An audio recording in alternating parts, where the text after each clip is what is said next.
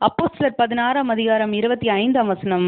நடுராத்திரியிலே பவுலும் சீலாவும் ஜெபம் பண்ணி தேவனை துதித்து பாடினார்கள்.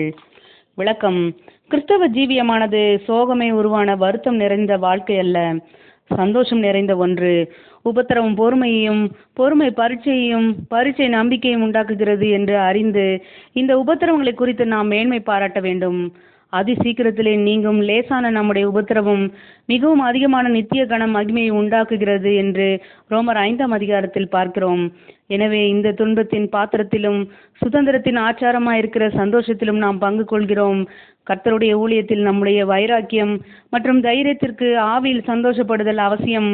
சிறையில் முதுகிலே காயத்துடன் கால்கள் கழுமரத்தில் கட்டப்பட்ட நிலையில் பவுலும் சீலாவும் தேவனை பாடி துதித்ததை நினைத்து பாருங்கள். இடுக்கமான வழியில் செல்லும் கிறிஸ்துவின் அடியார்களும் இப்படித்தான் இருக்க வேண்டும். ஆமேன்.